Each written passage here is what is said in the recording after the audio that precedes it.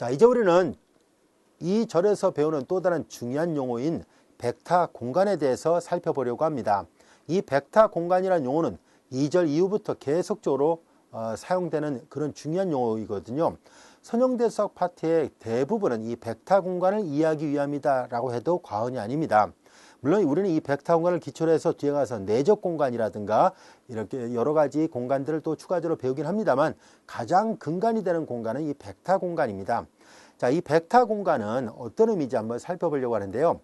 만약에 어떤 벡터가 주어져 있다라 보겠습니다. 이때 우리가 다루고자 하는 것은 어떤 벡터의 성분은 다 동일하다라 보겠습니다. 성분의 개수는 예를 들어서 성분이 3개짜리라면 그 성분이 3개짜리인 벡터들을 모아놓은 어떤 집합을 생각하려고 합니다.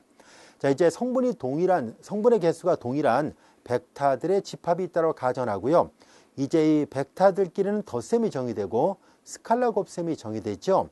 자, 그런데 우리는 앞에서 이 7장 1절 들어오면서 덧셈에 대한 4가지 성질이 있다는 것을 공부했었습니다. 덧셈에 대한 4가지 성질, 다시 말해서 덧셈에 대해서 교환법칙 성립한다, 결합법칙 성립한다, 그리고 덧셈에 대한 항도원이 존재한다, 덧셈에 대한 역원이 존재한다 라는 걸 배웠었고요. 그 다음에 스칼라 곱셈에 대한 2가지 분배법칙 쓰면서 해볼게요. 알파 플러스 베타, V 벡터, V가 벡터고 알파 베타가 스칼라라고 가정했었을 때 이렇게 알파 V 플러스 베타 V라는 이것뿐만 아니라 V하고 W라는 이 두 개 다 벡터일 때 알파만 스칼라입니다. 이 2개를 다 분배법칙이라 얘기를 합니다. 그리고 알파 베타 V는 베타 V를 하고 알파를 하든 알파 V를 하고 베타를 하든 즉 스칼라는 아무렇게나 먼저 곱해도 상관없다는 얘기고요. 1V는 V가 된다는 것, 이것이 스칼라 곱셈에 대한 4가지 성질이었었습니다. 이렇게 덧셈에 대한 4가지, 덧셈에 대해서 교환, 결합, 항도원, 역원, 그리고 스칼라 곱셈에 대해서는 이 4가지 도합 8가지 성질을 만족하는 그런 벡터들의 집합이 있다면 우리는 그 집합을 특별히 벡터들에 의해서 생기는 어떤 특정한 집합이라는 뜻을 강조하기 위해서 벡터 스페이스라고 말을 하겠습니다. 우리말로도 그냥 벡터 공간이라고 번역해서 사용하고 있습니다.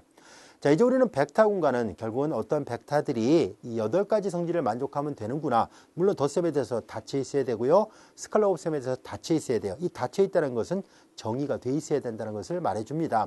자, 그럴 때 우리는 벡터 공간이라 한다는 것을 이제 정의를 했어요. 자, 이제 우리는 벡터 공간에 대해서 정의를 했으니까 또 다른 중요한 용어로서 차원에 대해서 살펴보려고 하는데요. 이 벡터 공간이 정의가 됐을 때 이 벡터 공간 안에 있는 벡터들 중에서 1차 독립이 되는 최대 벡터의 개수, 그 안에는 무수히 많은 벡터들이 있다고 봤을 때 그 중에서 1차 독립이 되는 것이 최대 몇 개까지가 있는가, 어느 벡터가 독립이냐, 이것에 관심이 있는 것이 아니라 어떤 걸 모아놓더라도 1차 독립이 되는 최대 벡터의 개수가 정해져 있거든요. 그러면 그 1차 독립이 되는 최대 벡터의 개수를 우리는 주어진 벡터 공간의 차원이라고 정의를 하도록 하겠습니다. 이때 개수를 셀 수 있을 때는 유한 차원이라 얘기를 하고 개수를 셀 수 없을 때는 무한 차원이라 얘기를 하는데요. 우리는 특별한 경우가 아니면 주로 유한 차원 벡터 공간을 다루려고 합니다. 물론 무한 차원도 있어요. 그건 나중에 따로 설명하도록 할게요. 그래서 유한 차원 벡터 공간이니까 하나하나 개수를 세볼 수 있습니다. 그래서 이제 1차 독립이 되는 최대 벡터의 개수를 이제 차원이라고, 이제 이건 디멘션의 약자를 써서 DIM 오른쪽에다 V라는 벡터 공간 이렇게 써서 이 벡터 공간의 차원을 구한다라는 수학 고유의 기호로 사용하도록 하겠습니다. 자, 그리고 요 밑에 보면 기저라는 용어가 있어요. 이 기저라는 용어는 앞으로도 자주 나타나는 중요한 용어예요. 이 기저는 앞으로도 벡터 공간이라는 용어를 다루면서 항상 기저라는 개념을 생각하게 되는데요. 기저가 된다는 얘기는 어떤 벡터 공간 안에 부분 집합이 있어요. 이 부분 집합 중에서 1차 독립이 되는 최대 개수가 만약에 K개가 있었다라 가정해봐요. 그 K개의 벡터들을, 독립이 되는 K 벡터를 어떻게든 간에 모아놔서 하나의 집합을 만들었을 때 얘네들이 1차 독립이 된다는 조건이 있고요. 그러면 V라는 전체 벡터 공간 안에는 그 벡터 공간 안에 있는 모든 원소는 그 1차 독립이 되는 K개의 벡터들의 1차 결합으로 유일하게 표현될 수 있어야 돼요. 그렇게 될 때 우리는 이 조건을 만족하는 부분 집합을 주어진 벡터 공간의 기저라고 얘기를 합니다. 그리고 기저를 이루고 있는 원소의 개수는 앞서 얘기했던 이 차원과 같은 말이 됩니다. 자, 이제 1차 독립이 되는 벡터들의 최대 집합이에요. 자, 이 기저를 다루다 보면 자연스럽게 앞서 설명한 것처럼, 구두로 설명한 것처럼 이 안에 있는, 이 기저 안에 있는 원소들의 1차 결합으로 이 V라는 벡터 공간 안에 있는 모든 원소를 다 표현할 수 있어야 되는데요. 자, 이제 이런 표현을 이제 수학에서는 생성한다라고 말을 합니다. 만들어낸다 이런 뜻이에요. 자, 그래서 우리는 생성 공간이란 말을 하나 더 추가적으로 정의해 보려고 하는데요. 자, 생성 공간은 예를 들어서 몇 개의 벡터들의 1차 결합으로 만들어지는 집합이 있다고 가정을 하겠습니다.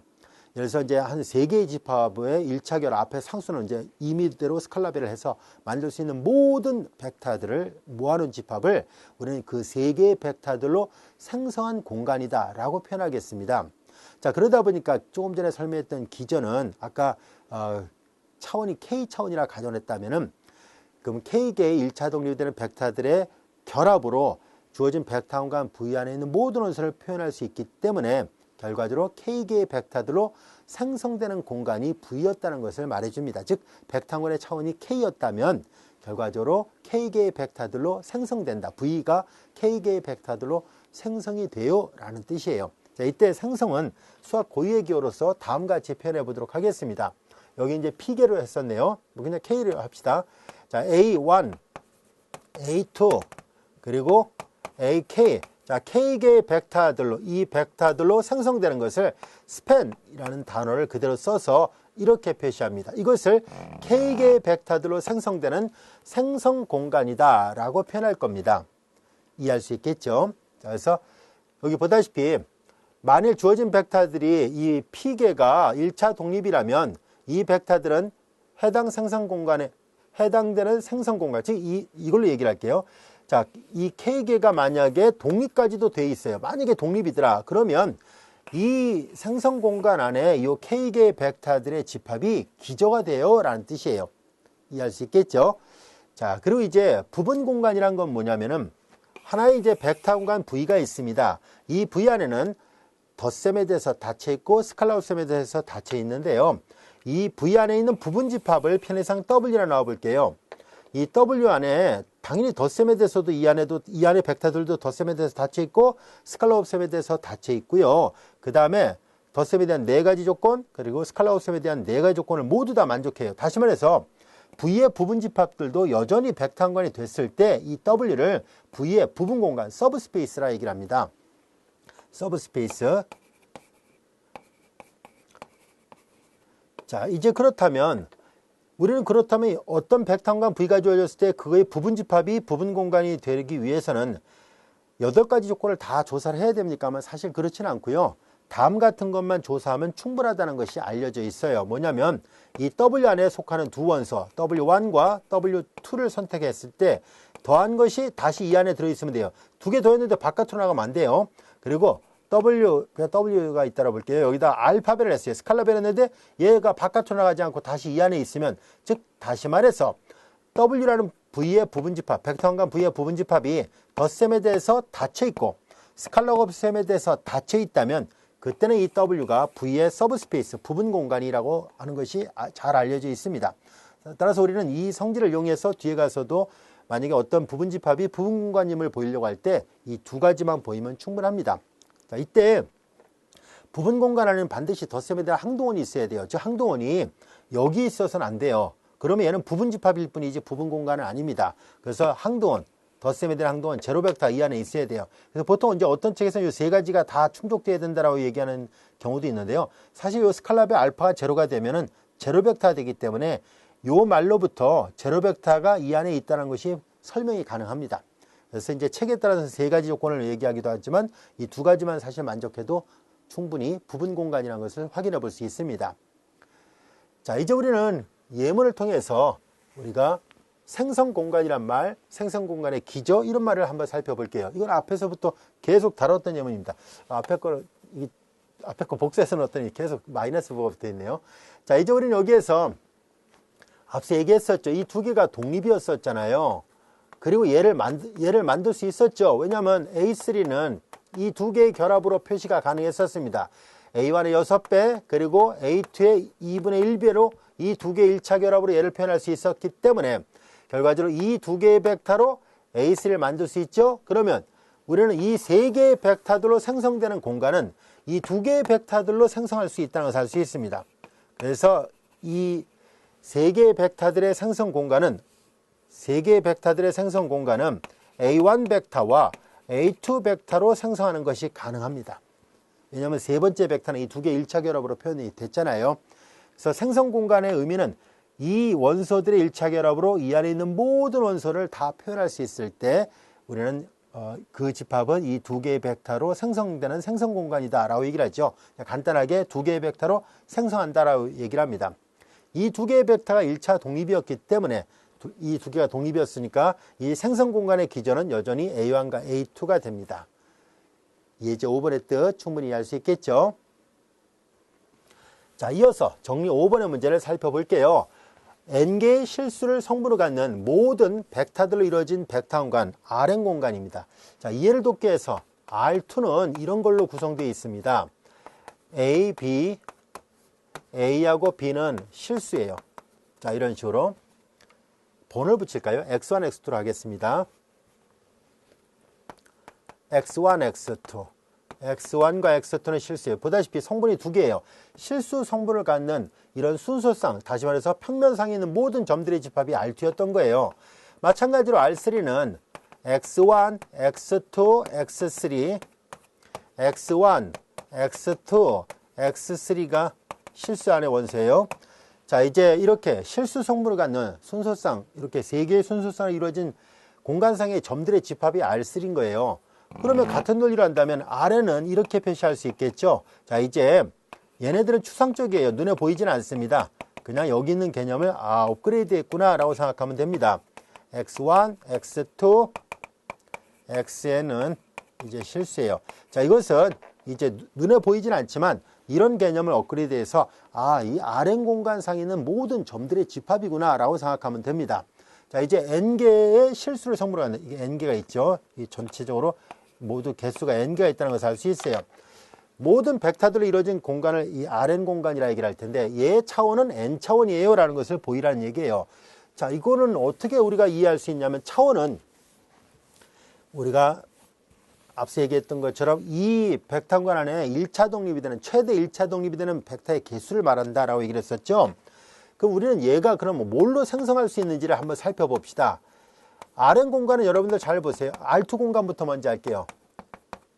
이 두 개의 1차 결합으로 다 나타낼 수 있죠.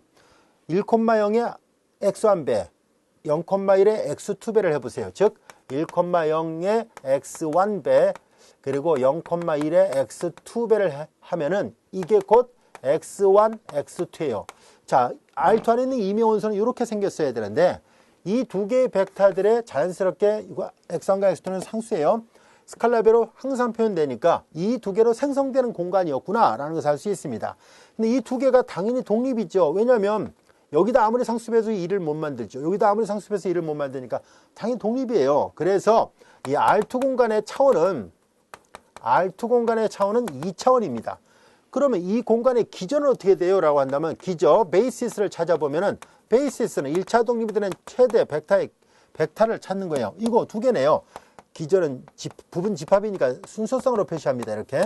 그래서 요렇게 되는구나 라는 것을 알 수 있습니다. 같은 논리로 R3 공간은 뭐로 생성할 수 있을까 하는 것을 비슷한 방법으로 유출해 볼까요? 1, 0, 0과 0, 1, 0과 0, 0, 1의 순서상으로 이들의 순서상들의 집합으로 표현이 가능하죠. 왜냐하면 앞서 얘기했던 것처럼 자, 이제 x1, x2, x3는 1, 0, 0에 x1배를 하고 0, 1, 0에 x2배를 하고 0, 0, 1에 x3배를 하면 항상 만들 수 있습니다. 이 세 개의 벡터들의 1차 결합으로 언제든지 만들 수 있거든요. 따라서 이제 R3의 차원은 1차 독립이 되는 최대 벡터의 개수는 3개가 있다는 것을 알 수 있습니다. 그럼 마찬가지로 기전은 어떻게 돼요? 라고 한다면 기전은 1, 0, 0 벡터와 0, 1, 0 벡터와 0, 0, 1 벡터 이렇게 돼 있어요 라는 얘기예요. 자, 그럼 이제 얘도 마찬가지라는 것을 알 수 있죠. 얘도 그러면은 1, 0, 0. 자, 요거의 개수가 정확하게 n개가 있습니다. 이렇게 되는 거와 0, 1, 0, 0 역시 개수가 n개가 있고요. 자, 그리고 여기도 0, 0, 1, 맨 마지막만 쓸게요. 1, 맨 마지막만 1이에요. 그 앞엔 0이고. 자, 이렇게 된 거. 성분이 n개예요. 자, 여기도 개수를 세어보면 1, 나머지 0. 처음에 0, 두 번째 1, 나머지 0. 그 다음에 첫 번째, 두 번째 0, 세 번째 1이고 나머지 0. 이런 식으로 간 거예요. 그러니까 이거 전체 총개수 이것도 역시 n개가 있습니다. 그래서 이 벡터들의 1차 결합으로 이 벡터를 만들 수 있는 건 앞에서 설명한 것과 같은 이치예요. 그러다 보니까 자연스럽게 얘네들의 차원을 구할 수 있게 됐습니다. Rn 공간의 차원은 그러면 n차원이네. 그럼 기전은 어떻게 되는지 알 수 있죠? 기전은 자, 여기 있는 벡터들이에요. 그대로 쓰면 돼요. 그래서 n개의 벡터들이 독립이 되기 때문에 차원이 n차원이었다라는 것을 알 수 있습니다. 그리고 우리가 뒤에 가서 또 배우겠습니다만 한 벡터 공간의 기전은 한 가지만 있지는 않습니다. 무한히 많이 있을 수 있어요. 왜냐하면 1차 독립이 되는 벡터의 개수에 관심이 있는 거지 요 벡터, 요 벡터, 요 벡터가 독립해야 된다 그런 조건은 아니에요. 그래서 만약에 여기 보다시피 독립이 되는 벡터의 개수가 최대 2개밖에 없으니까 얘가 2차원이거든요. 앞으로 이건 이제 차원의 숫자를 나타내요. 이때 이렇게 선택되는 이 스팬 시킬 때 만들어지는 이 기저들은요, 가장 간단하게 만들 수 있기 때문에 이런 기저를 우리는 앞으로 배우는 다른 기저는 무수히 많거든요. 그런데 그런 거와 비교해서 여기 표시했던 이런 기저들을 앞으로 표준 기저라 얘기를 합니다. 스탠다드 베이시스라 얘기를 합니다. 그래서 가장 기본이 되는 기저예요 라는 얘기예요. 그리고 이거 말고도 기저는 무수히 많아요. 예를 들어서 꼭 이것만 생성되겠어요? 1,2와 3,4로도 얘를 생성할 수 있습니다. 대신 이걸로 생성하게 되면 얘처럼 개수가 깔끔하게 딱 비교하기 쉽게 나오질 않아요. 우리가 표준 기저를 선택하는 가장 좋은 장점은 뭐냐면 이렇게 1차 결합을 표현할 때 앞에 개수를 아주 쉽게 찾을 수 있다는 좋은 장점이 있어요. 하지만 표준 기저가 아닌 다른 기저를 갖고 선택을 하게 되면은 당연히 여기다 알파벳하고 베타벳에서 좌우를 자꾸 비교해야 돼요. 되게 번거롭겠죠. 그러나 기저는 맞는데 앞에 스칼라벨 하는 값을 쉽게 찾지 못한다는 단점이 있어요. 그래서 우리는 가급적이면 이런 기저를 선택하지 않고 계산하기 편리한 표준 기저를 선택하려고 합니다. 그리고 한 벡터관에는 기저가 무한히 많이 있습니다. 표준 기저를 제외한 나머지 모든 기저는 오더드 베이시스, 즉 순서 기저라고 얘기를 합니다. 항상 기저는 순서가 있어요. 집합에서는 1과 2와 1 바꿔도 집합은 상관이 없잖아요. 근데 기저는 순서를 바꾸면 다른 말이라고 인식을 합니다. 왜냐하면 앞에 개수가 달라지거든요.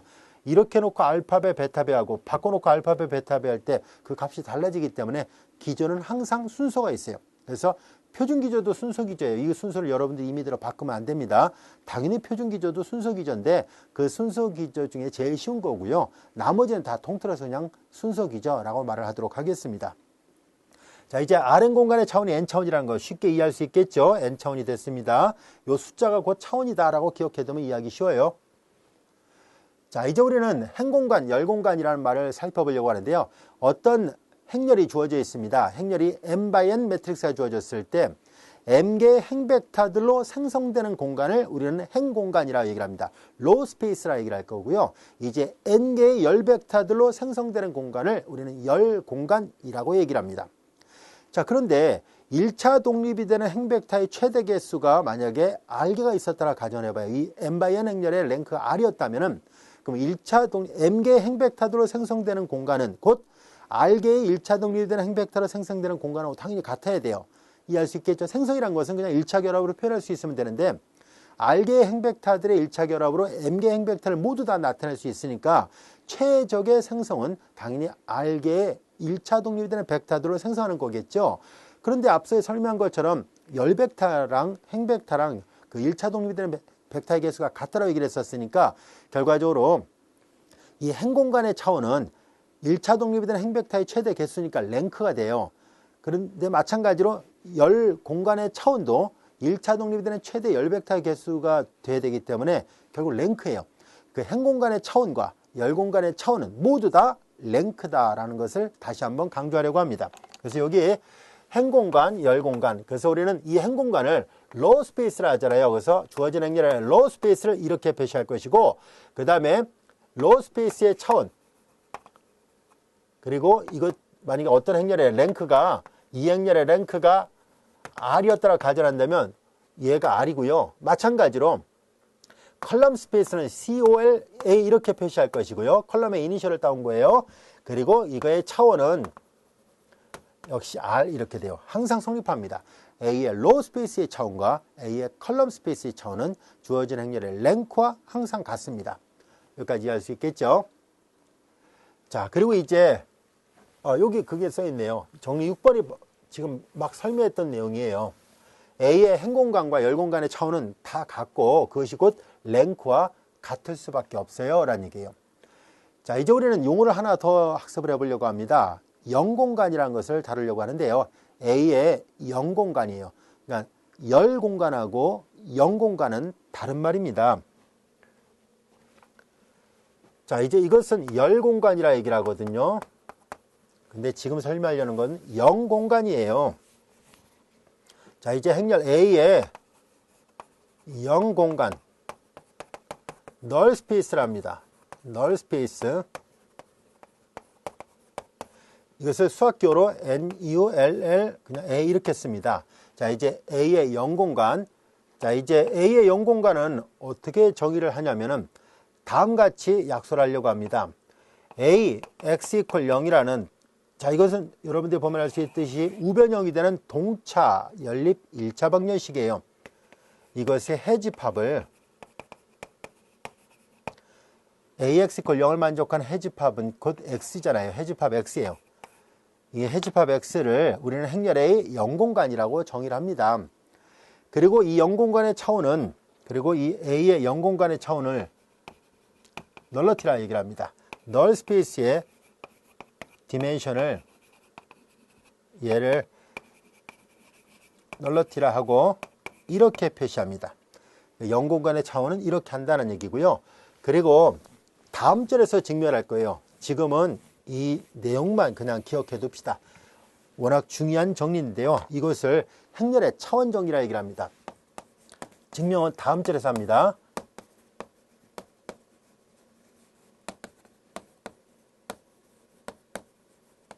행렬의 차원 정리라 해서 어떤 행렬 A가 n×n 행렬이었더라 보겠습니다. 열의 개수의 행렬이 주어졌을 때 A에, 자, 이제 뭘 할 생각이냐면은 랭크예요. A의 랭크하고, 자, 이제 A의 널러티예요. 이거 다 더하면 n인 것 같아야 돼요. 이것이 아주 유명한 행렬의 차원 정리입니다. 자, 선형대수 파트에서 나오는 중요한 정리들이 몇 가지가 있는데요. 그 중에 하나가 이거예요. 증명은 이 다음에 하기로 할 거고요. 지금은 이제 영공간이라는 용어를 약속을 하고 있자 하기 때문에, 그래서 이걸 꼭 기억해 둡시다 라는 얘기예요. 여기 나와 있어요. A의 랭크와 A의 퇴화차수. 이걸 퇴화차수라고 합니다. 영공간의 차원을 다른 말로 퇴화차수라고, 기호로는 널러티라 하거든요. 이것이 행렬 A의, 이거 잘못 표시했네요. 열의 개수입니다.